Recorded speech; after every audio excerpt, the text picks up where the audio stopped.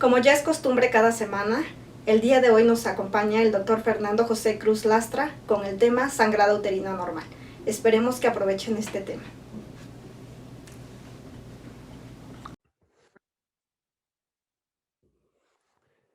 Buenas tardes, yo soy el doctor Fernando José Cruz Lastra, residente de segundo año de ginecología y obstetricia, y el día de hoy les daré la monografía de sangrado uterino normal, clase que fue supervisada por la doctora Kenia Velázquez González, residente de tercer año, y el doctor Alejandro Rendón Molina, quien es médico jefe de servicio de ginecología.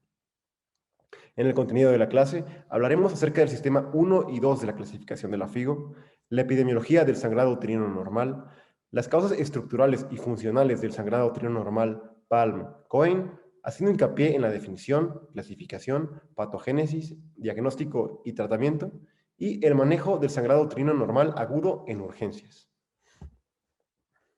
Los objetivos de la clase serán definir sangrado uterino normal, conocer la epidemiología del sangrado uterino normal, así como conocer la terminología utilizada por la FIGO, reconocer las modificaciones de la nomenclatura aplicadas en el año 2018, identificar factores etiológicos y manejos en general y mostrar evidencia en torno al manejo agudo del sangrado uterino normal.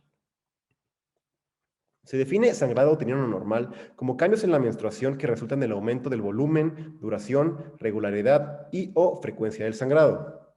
Según el sistema número 1 de la clasificación de la FIGO, los cambios en los patrones menstruales deben ser descritos de la siguiente forma. En cuanto a la frecuencia, se refiere a la aparición de un sangrado desde el tiempo transcurrido del último sangrado en días. Se definirá menorrea como la ausencia de menstruación, una sangrado infrecuente como más allá de 38 días, una menstruación normal entre 24 y 38 días y un sangrado frecuente aquel que aparecerá antes de 24 días. En cuanto a la duración, será normal entre 8 días o menos y será prolongada si dura más de 8 días.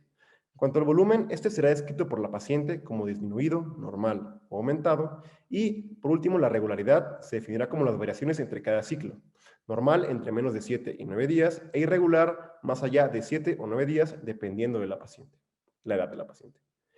Es importante mencionar que los términos menorragia, metrorragia, oligomenorrea, sangrado uterino disfuncional, entre otros, actualmente se encuentran en desuso. Hablando de la temporalidad, el sangrado uterino normal crónico es aquel sangrado uterino normal en volumen, regularidad y o tiempo durante la mayor parte de los últimos 6 meses. Un sangrado agudo es aquel episodio de hemorragia abundante que es en cantidad suficiente para requerir una intervención inmediata para evitar una mayor pérdida sanguínea. Y un sangrado intermenstrual ocurre entre menstruaciones cíclicas y predecibles, que son claramente definidas, y puede presentarse como ningún sangrado, un sangrado aleatorio o un sangrado cíclico, ya sea al principio, a la mitad o al final del ciclo menstrual. Epidemiológicamente, hasta un tercio de las mujeres tendrán algún patrón de la menstruación alterado en algún momento de su vida. La prevalencia nos data de un 3 a un 30% dependiendo de la población y la edad del grupo estudiado. Y en cuanto a la incidencia, encontramos que hay hasta 10 millones de mujeres al año diagnosticadas con sangrado uterino normal. En Estados Unidos, tiene un costo económico de aproximadamente $1 billón, siendo la segunda causa de consulta ginecológica, trayendo problemas como anemia crónica, dolor pélvico, incapacidad para realizar actividades cotidianas, ya sean laborales o académicas. Y se data de una prevalencia de aproximadamente 53 por cada 1,000 mujeres. Históricamente ha existido una inconsistencia en cuanto a cómo deben de ser nombrados los patrones de la menstruación y cuáles son las causas, tanto estructurales como funcionales, consecuentes de sangrado uterino normal.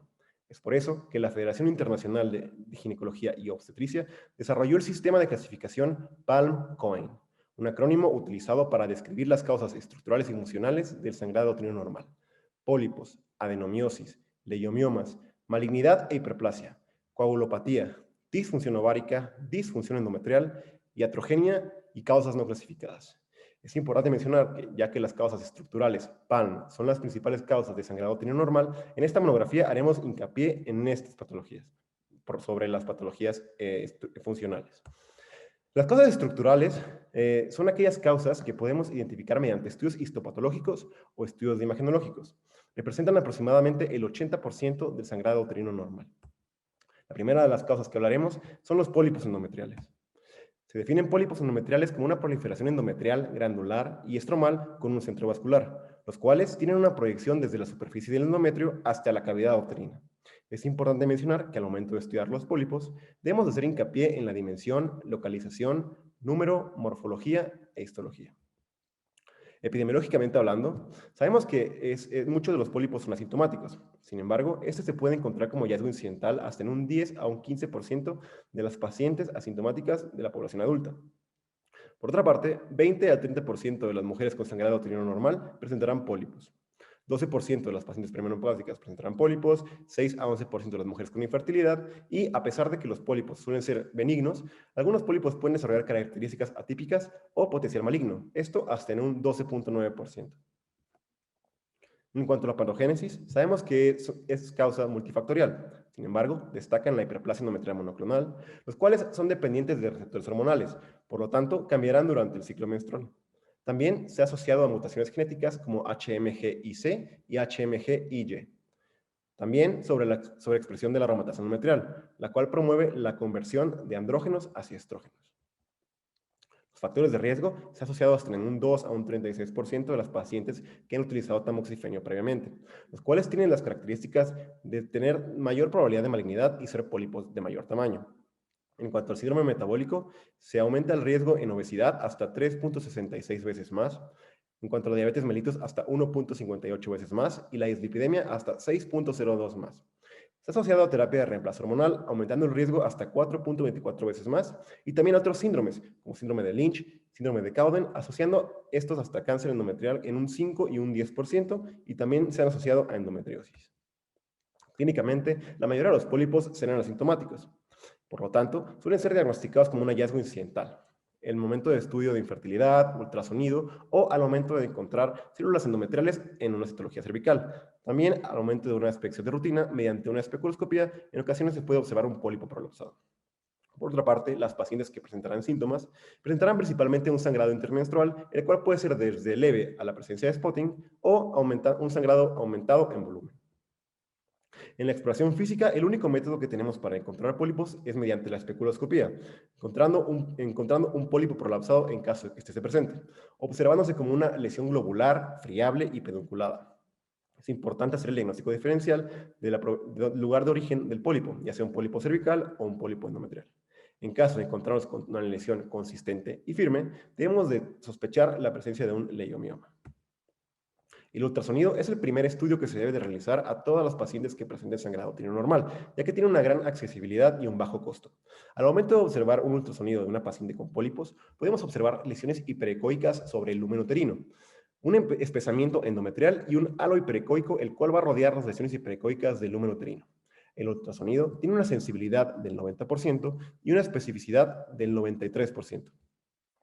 En caso de utilizar ultrasonido Doppler, podemos observar la presencia de un vaso único, el cual aumenta la calidad diagnóstica.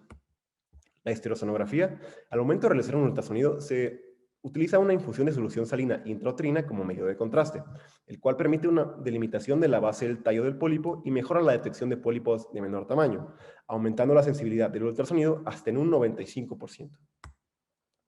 En cuanto al tratamiento, la histeroscopía es el método de elección, ya que permite la visualización directa del endometrio y es diagnóstico y tratamiento de los pólipos. También permite la detección y tratamiento de otras patologías, como miomas submucosos y en algunas ocasiones de adenomiomas. Los pólipos asintomáticos que tengan probabilidad de malignidad, como aquellos que tengan un tamaño mayor a 1.5 centímetros, que sean múltiples, que sean en pacientes posmenopáusicas o que el pólipo se encuentre prolapsado, se deben de someter a una polipectomía. Por otra parte, los pólipos que sí tengan síntomas, todos ellos deben de ser sometidos a una polipectomía. Al momento de encontrarnos a una paciente con pólipos, debemos de tener principalmente 4 ideas en mente para poder tener un adecuado tratamiento basado en evidencias. El primero de los que les voy a hablar es la posibilidad de crecimiento contra regresión. En este estudio de cohortes retrospectivo, se estudiaron a 112 mujeres con pólipos endometriales en manejo expectante durante 22.5 meses y se les dio seguimiento con ultrasonido en 3 dimensiones mediante un solo operador, encontrando que existe una mayor tasa de regresión a menor edad y en estado premenopáusico. Por otra parte, 7.8% de los pólipos tuvieron regresión espontánea y mayor en aquellos pacientes que tuvieron síntomas. La segunda de la que les hablaré será el riesgo de malignidad. En esta revisión sistemática con metaanálisis se incluyeron 17 estudios observacionales. Se incluyeron un total de 10.572 mujeres diagnosticadas con pólipos mediante polipectomía, de las cuales 377, es decir, un 3.57%, fueron diagnosticadas con pólipos malignos. Con los resultados que se obtuvieron fueron Las pacientes posmenopáusicas tuvieron un riesgo relativo de 3.86 de pólipos malignos en comparación con las mujeres con edad reproductiva. Las pacientes sintomáticas tuvieron un riesgo relativo de 3.36 en comparación con las pacientes asintomáticas.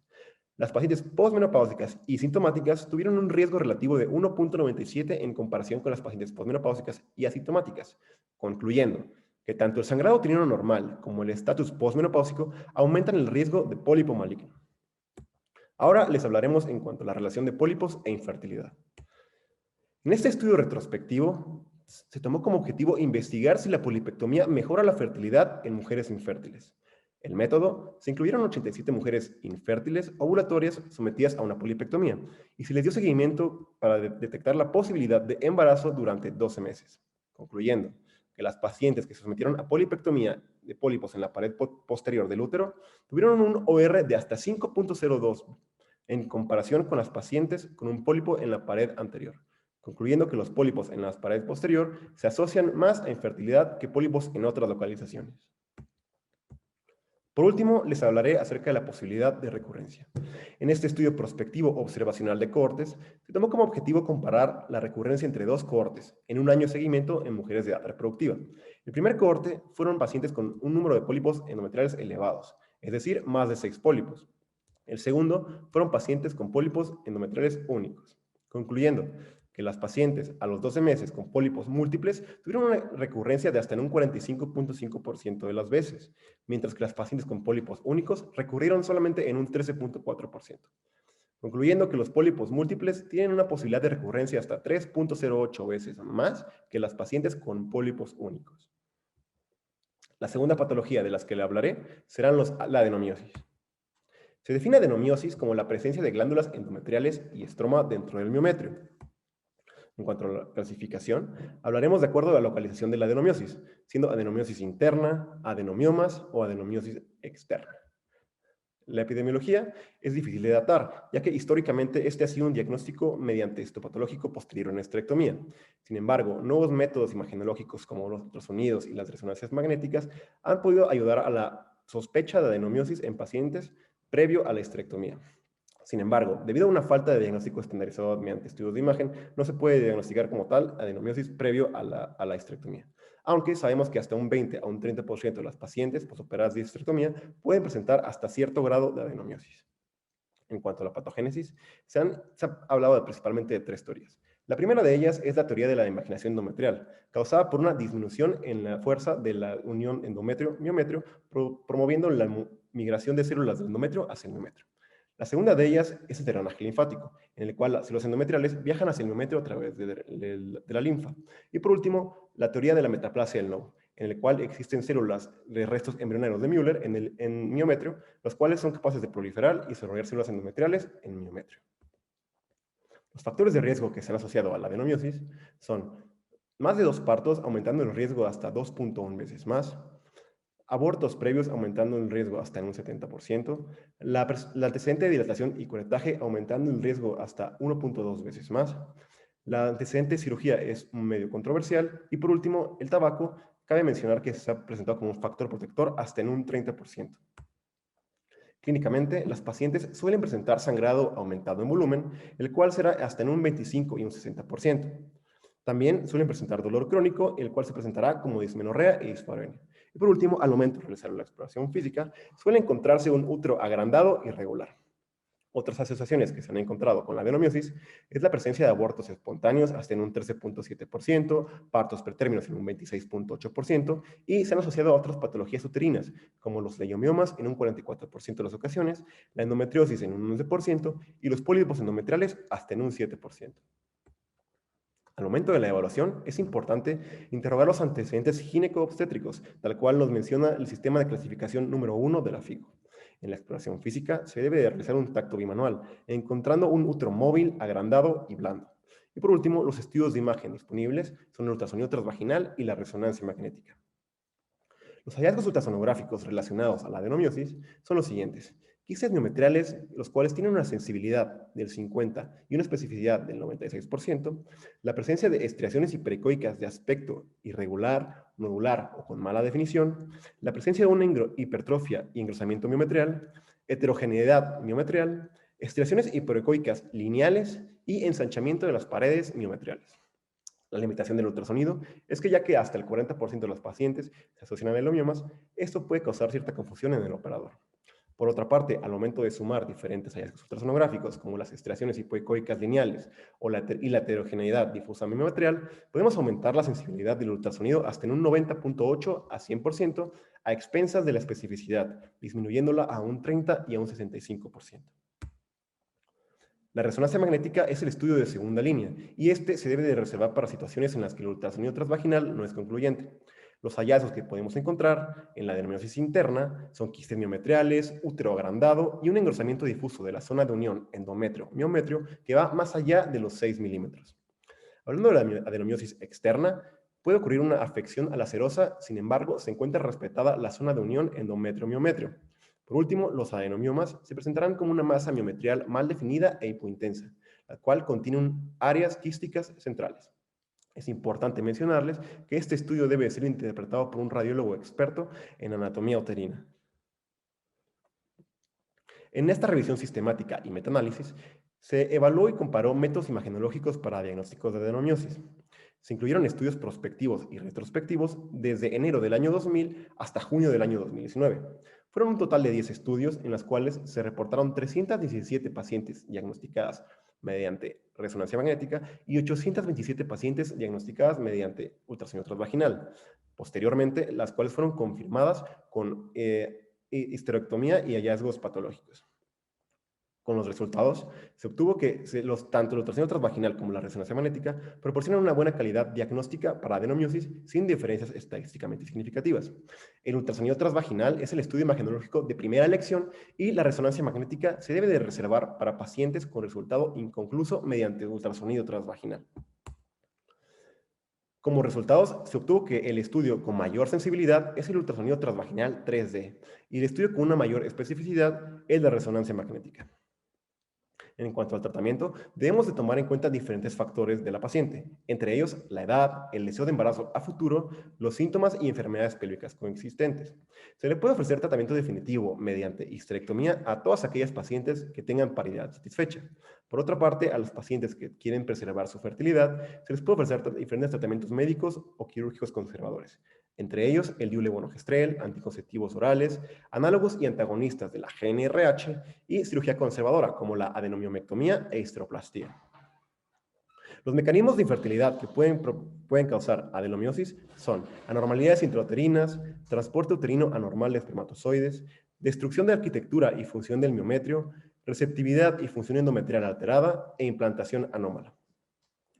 Para ello, se estudiaron dos diferentes grupos, los cuales fueron ofrecidos tratamiento tanto quirúrgico o médico, para ver qué posibilidad existía de un embarazo futuro.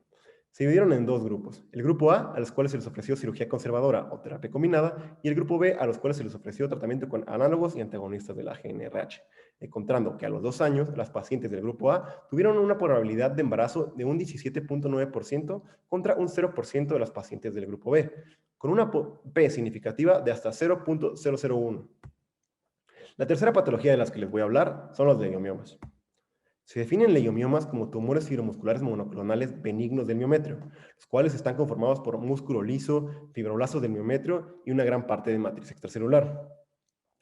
Estos deben de ser clasificados según su localización en el útero, en una numeración del 0 al 8 según la Federación Internacional de Ginecología y Obstetricia. Los miomas submucosos son aquellos que se encuentran numerados del 0, 1 y 2. Por otra parte, se clasificará como otros miomas aquellos que se encuentran en el 3, 4, 5, 6, 7 y 8, siendo los miomas intramurales aquellos que van del 3 al 5 y miomas subserosos aquellos que van del 6 al 7. Los miomas tipo 8 son aquellos miomas que se encuentran en otra localización, por ejemplo, el cervix. Por último, existen miomas híbridos, los cuales se encuentran en contacto tanto con el endometrio como con la serosa, los cuales deben de ser nombrados con dos números listados separados por un guión. El primer número hará referencia a la relación con el endometrio y el segundo número hará la relación en cuanto a la serosa. Epidemiológicamente, el leiomioma es el tumor ginecológico más común. Tiene una prevalencia desconocida, ya que muchas pacientes son asintomáticas. Sin embargo, sabemos que estos suelen incrementarse con la edad. En esta revisión sistemática se estableció que hasta el 25% de las mujeres en edad reproductiva pueden presentar miomas y el 70% en mujeres al inicio de la menopausia, concluyendo que un 25% de mujeres con miomas requerirán tratamiento, siendo esta la indicación número 1 de esterectomía. En cuanto a los valores o los factores asociados a la presencia de leomiomas, se presentó la raza negra aumentando el riesgo relativo hasta 3.25, una edad entre 41 a 50 con un riesgo relativo de 10.41, un estado premenopáusico con un riesgo relativo de 5.33, hipertensión con un riesgo relativo de 4.90, antecedentes familiares con un riesgo relativo de 3.47 y el tiempo transcurrido del embarazo mayor a 10 años con un riesgo relativo de 2.14. En cuanto a la patogénesis, sabemos que este se debe a un crecimiento moderado dependiente de estrógenos y progesterona. El estradiol, que es el estrógeno más potente, es capaz de producir receptores progestágenos mediante receptores estrogénicos alfa. Por lo tanto, los miomas suelen encogerse en la menopausia, ya que existe una disminución de los niveles de estradiol con una consecuente disminución de los niveles de progestágenos y receptores de progesterona. Clínicamente, los miomas tendrán diferentes sintomatología, dependiendo de la cantidad, el tamaño y la ubicación de estos. El síntoma más común es el sangrado menstrual abundante, el cual se encuentra aumentado en volumen, en frecuencia e irregular, trayendo consecuencias como anemia y cólicos menstruales. En cuanto a los síntomas relacionados con el volumen, se puede presentar dolor o presión pélvica y obstrucción del tracto urinario, gastrointestinal y compresión venosa. También se han asociado a disfunción reproductiva, siendo causantes de infertilidad y también de resultados perinatales adversos. Al momento de la evaluación, se debe desarrollar una historia clínica y un interrogatorio de acuerdo al sistema número 1 de clasificación de la FIGO. A la exploración física es importante un tacto bimanual, encontrando un útero agrandado e irregular y una especuloscopía. En cuanto a los laboratorios, se debe descartar anemia y alteraciones de la coagulación, y los estudios imagenológicos disponibles son el ultrasonido, la histerosonografía, la histeroscopía y la resonancia magnética. El ultrasonido, los hallazgos que podemos encontrar son una masa uterina esférica, hipoecoica y heterogénea, el cual dependerá de la cantidad de fibras musculares y músculo liso que se encuentre en el mioma. También se puede observar una pseudocápsula causante de la presión que causa el mioma a través de las paredes uterinas. Un efecto de persiana veneciana, el momento en que el eco ultrasonográfico es cortado al momento de atravesar el útero, el mioma, degeneración variable en aquellos miomas muy grandes que tienen una irrigación disminuida o requerimientos de irrigación disminuidos por su tamaño, lesiones hiperecoicas debido a calcificaciones y una infiltración grasa o un lipoleiomioma, el cual se observará como una lesión hiperecoica. En cuanto a la esterosonografía y la esteroscopía, estos cobran relevante importancia al momento de diagnosticar miomas submucosos o protuberantes. La esterosonografía, como les comenté en diapositivas previas, es al momento de agregar infusión salina como medio de contraste al momento de realizar un ultrasonido, aumentando su sensibilidad hasta en un 96% y una especificidad del 96%. Permite determinar el grado de penetrancia y cavidad en el metro de cada leiomioma. Por otra parte, la histeroscopía tiene una sensibilidad del 100% con una especificidad del 100%, permitiendo la detección y tratamiento de miomas submucosos, así como otras patologías, ya sean pólipos endometriales o adenomiomas. La resonancia magnética es el estudio de mayor eficacia para visualizar el tamaño y la ubicación de los miomas. Permite la distinción entre leiomiomas, adenomiosis y adenomiomas, sin embargo, esta debe ser reservada para la planificación de procedimientos complicados. En cuanto al tratamiento, se le pueden ofrecer principalmente 4 variantes a las pacientes. El primero de ellos es el tratamiento expectante, el cual se llevará a cabo mediante estudios ultrasonográficos seriados a aquellas pacientes que son diagnosticadas con leiomiomas que son asintomáticas. También se le puede ofrecer tratamiento médico, tratamiento quirúrgico como miomectomía e histerectomía e embolización de la arteria uterina. En cuanto al tratamiento médico, contamos con numerosos medicamentos. El primero de ellos son los anticonceptivos orales, los cuales tienen la capacidad de disminuir el tamaño de los miomas y regular el sangrado. También se le puede utilizar el diulevonogestrel, el cual va a inhibir el factor de crecimiento epidermoide y el factor de crecimiento similar a la insulina, provocando una disminución del tamaño del mioma. Se pueden utilizar agonistas y antagonistas de la GnRH, los cuales van a disminuir el tamaño del mioma. Sin embargo, estos medicamentos tienen la desventaja de que solo pueden ser utilizados durante máximo 6 meses, ya que tienen muchas reacciones adversas como la osteoporosis.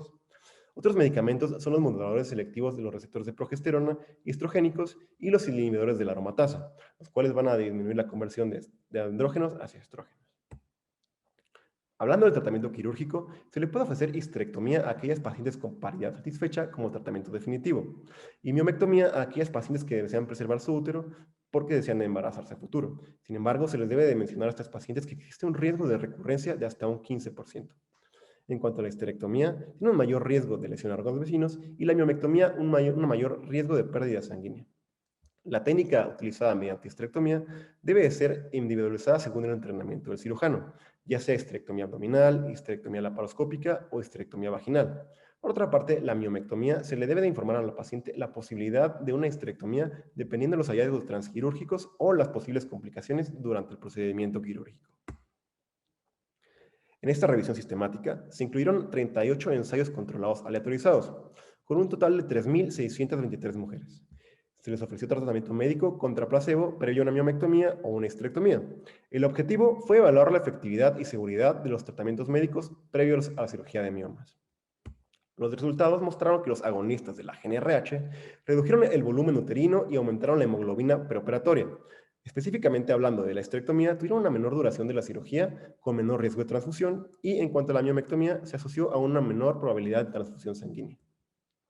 Los moduladores selectivos de los receptores de progesterona se asociaron a una mayor reducción en el volumen uterino o fibromas en comparación con el placebo. A un mayor nivel de hemoglobina preoperatoria, no se encontraron evidencias significativas en cuanto a las complicaciones preoperatorias y se asoció a una mayor reducción del sangrado uterino normal, principalmente el acetato lipristat, ya sea de 5 o 10 miligramos. En este metaanálisis, publicado en el año 2015, se incluyeron 9 ensayos controlados aleatorizados, con un total de 808 pacientes. El objetivo, determinar los beneficios y los daños de la cirugía mínimamente invasiva contra la cirugía abierta, encontrando que las pacientes que fueron sometidas a una cirugía mínimamente invasiva tuvieron una probabilidad de fiebre en un 64% menos en comparación con los pacientes con cirugía abierta, según se muestra en este forest plot. Tuvieron una menor probabilidad de dolor postoperatorio a expensas de un alargamiento del tiempo quirúrgico. En cuanto a ambos procedimientos, no se asociaron evidencias significativamente en cuanto al reingreso hospitalario y a las lesiones de órganos vecinos. Hablando de la embolización de la arteria uterina, es una opción mínimamente invasiva, en el cual se realiza un procedimiento angiográfico percutáneo mediante un fluoroscopio. En ella se hace una colocación de catéter a través de la arteria femoral y se avanza hasta la arteria uterina, instilando alcohol polivinílico y microesferas de trisaclilo o hidrogel polenceno. Sus indicaciones son leiomiomas sintomáticos, sangrado menstrual abundante o dismenorrea, pacientes premenopáusicas y aquellas pacientes que no tienen deseo de embarazo a futuro. Sus contraindicaciones, miomas asintomáticos, embarazo, enfermedad pélvica inflamatoria y malignidad. La cuarta patología de las que hablaré es la hiperplasia y la malignidad, haciendo énfasis en la hiperplasia endometrial. Se define hiperplasia endometrial como la proliferación de las glándulas endometriales de tamaño y forma irregular, con un aumento en la relación glándula-estroma que va más allá del 50%. Históricamente han existido muchas clasificaciones para clasificarla. La primera de ellas, y la más antigua, es la clasificación de la Organización Mundial de la Salud, en el año 1994, clasificándola como hiperplasia simple sin atipia, hiperplasia compleja sin atipia, hiperplasia simple con atipia e hiperplasia compleja con atipia, con un riesgo de progresión a cáncer que va desde el 1 hasta el 29%. Esta clasificación fue modificada en el año 2014, quitando la posibilidad de complejidad y simplicidad, tratándola como hiperplasia sin atipia e hiperplasia con atipia, con riesgos de progresión a cáncer que van desde 1% hasta un 30%. Por último, una tercera clasificación es la neoplasia intraepitelial endometrial, clasificándola como hiperplasia endometrial benigna y neoplasia endometrial intraepitelial, la cual tiene un riesgo de progresión a cáncer de hasta 0.6% hasta un 19 y 36%. Epidemiológicamente, esta patología aumenta con la edad, datando de hasta 133 por cada 100.000 mujeres. La hiperplasia sin atipia suele presentarse en pacientes entre 50 y 54 años, datándonos de hasta 142 a 213 por cada 100.000 mujeres. Por otra parte, la hiperplasia con atipia suele presentarse en pacientes entre los 60 y 64 años, con una epidemiología entre 56 por cada 100.000 mujeres. Es importante mencionar que esta patología suele tener coexistencia tanto la hiperplasia como el carcinoma hasta en un 37% de los casos. En cuanto a la patogénesis, esto se debe a una estimulación crónica de los estrógenos sin oposición a la progesterona, como por ejemplo en algunas patologías como síndrome de ovario poliquístico, obesidad, tumores productores de estrógenos o aquellas pacientes que han sido tratadas con estrógenos sin la oposición de la progesterona. Sus factores de riesgo se asocian con la edad avanzada, aumentando a los pacientes con mayor de 45 años hasta 2.85 veces más, pacientes nulíparas hasta 2 veces más, síndrome de ovario poliquístico hasta 1.7 veces más, y la menarca hasta 1 vez más, y la menopausia tardía hasta 2 veces más. El síndrome de Lynch aumenta el riesgo hasta 8.1 veces más en comparación con pacientes que no lo padecen, los estrógenos sin oposición aumentando el riesgo hasta 4.4 veces más, y el tamoxifeno aumentando el riesgo hasta 4.33 veces más. Al momento del diagnóstico, este debe sospecharse en todas las pacientes con sangrado uterino normal en perimenopausia y menopausia temprana. Para ello tenemos dos modalidades. La primera de ellas son los estudios imagenológicos, con ultrasonido, histerosonografía y resonancia magnética, los cuales deben de ser confirmados posteriormente con una biopsia endometrial. Para ello tenemos la opción de dilatación y curetaje, cánula de Pipel e histeroscopía. El ultrasonido, como les he comentado, será el primer estudio a realizar al momento de una paciente con sangrado uterino normal. En pacientes posmenopáusicas sospecharemos de un grosor endometrial en aquellas pacientes que se presenten más allá de 5 milímetros, con una sensibilidad del 90% y una especificidad del 54%. Por otra parte, en las pacientes pre- y perimenopáusicas se puede sospechar en un grosor endometrial que va más allá de los 8 milímetros, disminuyendo la sensibilidad hasta en un 50% y la especificidad en un 60%. Al momento de realizar una biopsia, tenemos diferentes opciones. La primera de ellas es la dilatación y curetaje, la otra es la cánula de Pipel y la última es la histeroscopía. Siendo la más sensible en algunas ocasiones, la cánula de Pipel tiene una sensibilidad del 28.2 hasta un 100% y la histeroscopía siendo este el método de elección con una sensibilidad del 87% y una especificidad del 90%. En cuanto al tratamiento, debemos de saber si la paciente presenta o no atipia. En aquellas pacientes que tengan hiperplasia sin atipia, se les puede ofrecer observación con biopsia cada 6 meses, encontrar una posibilidad de regresión hasta en un 74 y un 81% de las pacientes. En caso de persistir a los 12 meses, se indicará el iniciar tratamiento. El tratamiento inicial en aquellas pacientes sin atipia serán los progestágenos, con una probabilidad de regresión hasta en un 89 y 96%.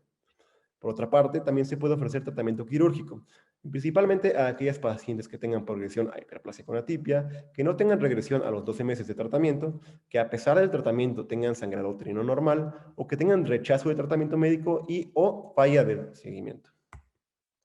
Por otra parte, las pacientes con hiperplasia con atipia se les puede ofrecer observación cada 3 meses, siendo el tratamiento inicial el manejo quirúrgico.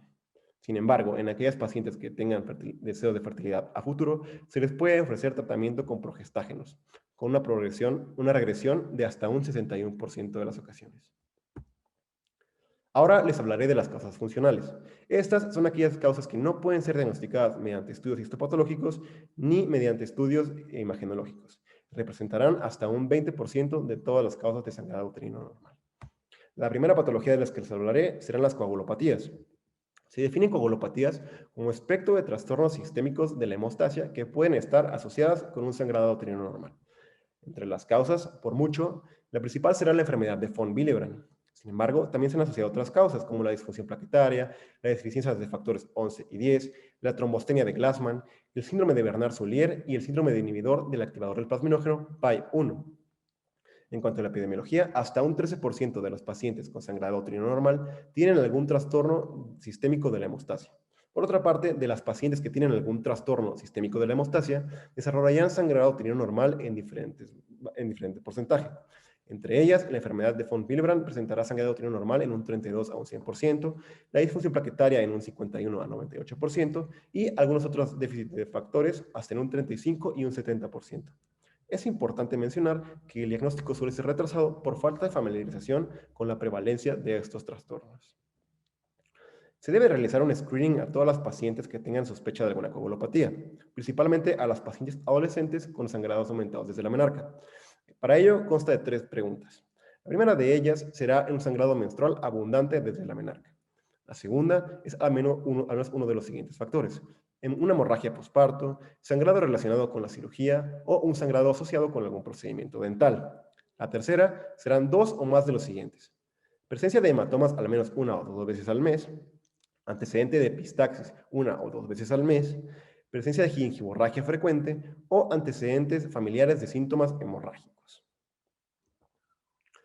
Al momento de realizar el manejo de las coagulopatías, se debe de realizar una evaluación inicial, el cual consta de solicitar gonadotropina crónica humana, ultrasonido pélvico, biometría hemática, tiempos de coagulación, factor de von Willebrand y cofactor y antígeno de ristocetina de von Willebrand. Para realizar el diagnóstico, se deben de solicitar estudios específicos para enfermedades específicas. Entre ellas, para la enfermedad de von Willebrand, se verá disminuido el factor de von Willebrand, el cofactor y antígeno de ristocetina y el activador del factor 7. Para el déficit del factor 11 se verá disminuido dicho factor y en cuanto a la trombostenia de Glassman encontraremos una disminución de la agregación plaquetaria. Es importante mencionar que estas patologías deben de llevarse con la colaboración de hematólogos, ginecólogos y medicina del adolescente, ya que les mencionaba que esto suele diagnosticarse principalmente en este grupo etario.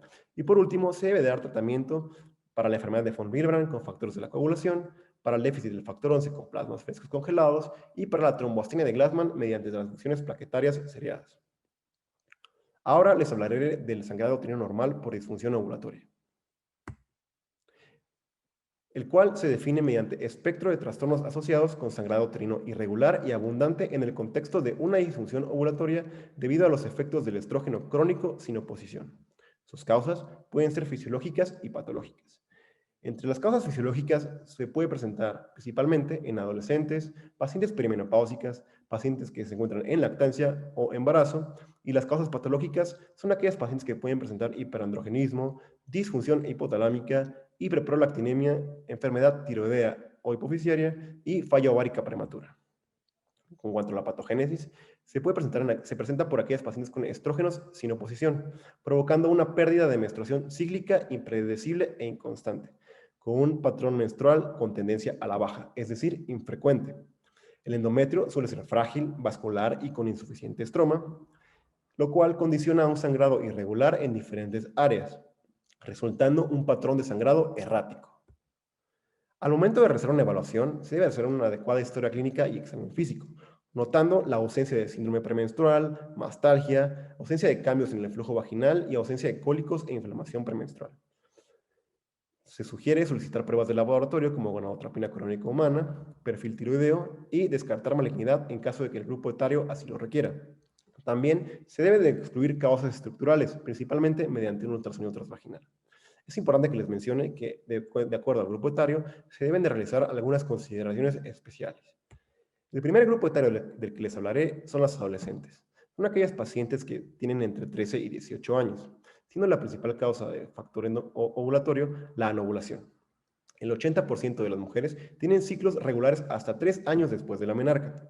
Otros factores asociados son la obesidad, lo cual contribuye a ciclos anovulatorios, y también se debe descartar trastornos de la coagulación en caso de que tengan un sangrado abundante de la menarca en este grupo etario. El segundo grupo etario son las pacientes entre 19 y 39 años, siendo la principal causa el síndrome de ovario poliquístico. También se debe de considerar la patología endometrial premaligna y maligna en este grupo etario. Y por último, las pacientes en perimenopausia y menopausia. Siendo la principal causa de disfunción ovulatoria la transición a la menopausia, se debe de descartar patología endometrial, descartar embarazo, ya que el uso de terapia hormonal no proporciona regularidad menstrual ni anticoncepción. En cuanto al tratamiento, se sugiere que a las pacientes entre 3 y 18 años se opte por anticonceptivos orales combinados. A las pacientes entre 19 y 39 años, anticonceptivos orales combinados con una regulación del peso corporal y ejercicio. Y en cuanto a las pacientes menopáusicas, anticonceptivos orales diulevonogestrel o terapia de reemplazo hormonal. Ahora hablaremos del sangrado uterino normal con factor endometrial. Se define como un sangrado uterino normal secundario a trastornos primarios que residen en el endometrio. Sus causas pueden ser una alteración primaria del endometrio o una alteración secundaria, principalmente por infección local, ya sea por clamidia trachomatis o una inflamación local crónica, como una endometritis. En cuanto a la patogénesis, se debe a una deficiencia local de vasoconstrictores, entre ellos endotelina 1 y prostaglandina F2-alfa. También a una lisis acelerada de coágulos endometriales. Por otra parte, a un aumento local de vasodilatadores, como los prostaglandina E2 y prostaciclinas. Este es un diagnóstico de exclusión, por lo tanto, se deben de excluir otras causas en mujeres de edad reproductiva con aparente adecuada función ovulatoria. Ahora les hablaré acerca de la iatrogenia. Se define como espectro de dispositivos médicos e intervenciones farmacológicas que causan o contribuyen al sangrado uterino normal. Entre sus causas se debe principalmente a terapia hormonal, entre ellos anticonceptivos orales combinados, anticonceptivos intramusculares, intrauterinos o subtérmicos. También se debe de recordar que puede ser causado por un DIU intrauterino a causa de CU de cobre. Se ha asociado a corticosteroides como agonistas de la GnRH, inhibidores de la aromatasa y receptores de los progestágenos y estrógenos, a antidepresivos y anticoagulantes como warfarina, heparina y anticoagulantes oral directos. Por último, las causas no clasificables. Se definen como un grupo de entidades que causan sangrado uterino normal, mal definidas, que son menos frecuentes o su papel en la patogenia del sangrado uterino normal no está bien definido. Entre sus causas se debe a malformaciones arteriovenosas, hipertrofia endometrial e ismocele secundario a cicatriz uterina. Es importante mencionar que a pesar de que estas causas se encuentran en causas no clasificables, no se descarta la posibilidad de que a futuro estas puedan ser cambiadas a alguna otra clasificación del Palm Coin o que se añadan nuevas clasificaciones para clasificarlas. Por último, me gustaría hablarles acerca del sangrado uterino normal y cómo debe de ser manejado en urgencias. Primero se debe de realizar una evaluación rápida, determinar la etiología y elegir el tratamiento. Para ello les mostraré el siguiente algoritmo. Inicialmente, se deben buscar signos de inestabilidad hemodinámica e hipovolemia. En aquellas pacientes que se presenten hemodinámicamente inestables, se les debe de colocar una o dos vías permeables y mantener hemocomponentes disponibles. Por otra parte, en las pacientes que se presenten con estabilidad hemodinámica, debemos de continuar el abordaje. Al momento de determinar la etiología, se debe de realizar una adecuada historia clínica según el sistema número 1 de la clasificación de la FIGO. Se debe de realizar una adecuada exploración física buscando intencionadamente hipovolemia y síndrome anémico, especuloscopía, tacto bimanual y se puede realizar biopsia de cánula de Pipel en urgencias. Por último, se debe de solicitar estudios paraclínicos como biometría hemática, hemotipo y prueba de embarazo, tipos de coagulación y fibrinógeno y un ultrasonido pélvico. Posteriormente, se debe de elegir el tratamiento más adecuado para la paciente. En cuanto al tratamiento, la FDA nos propone principalmente 4 medicamentos.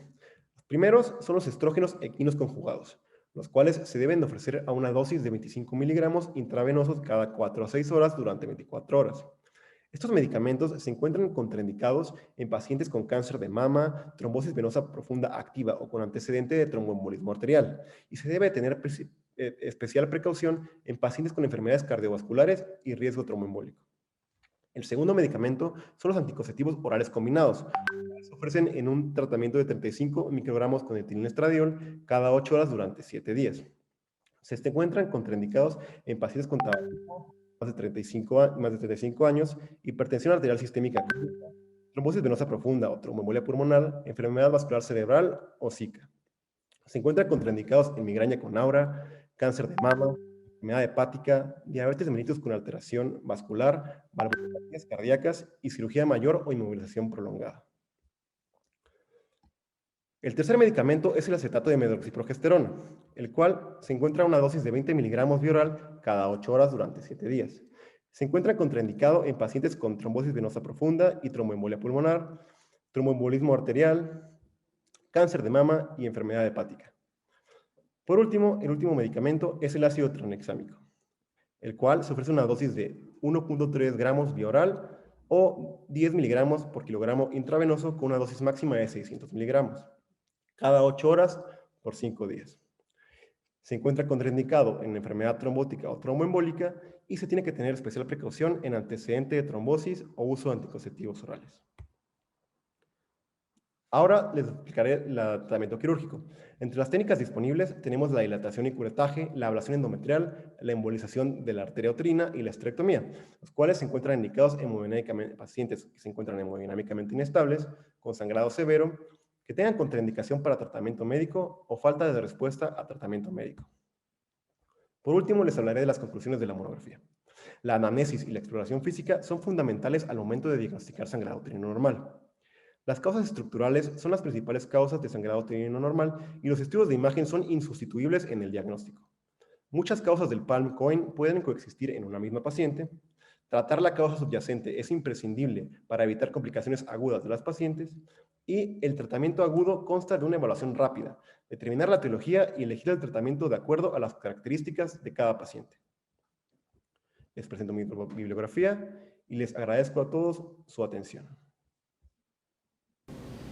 Agradecemos al doctor su excelente plática y los esperamos para la próxima semana con nuestro siguiente tema.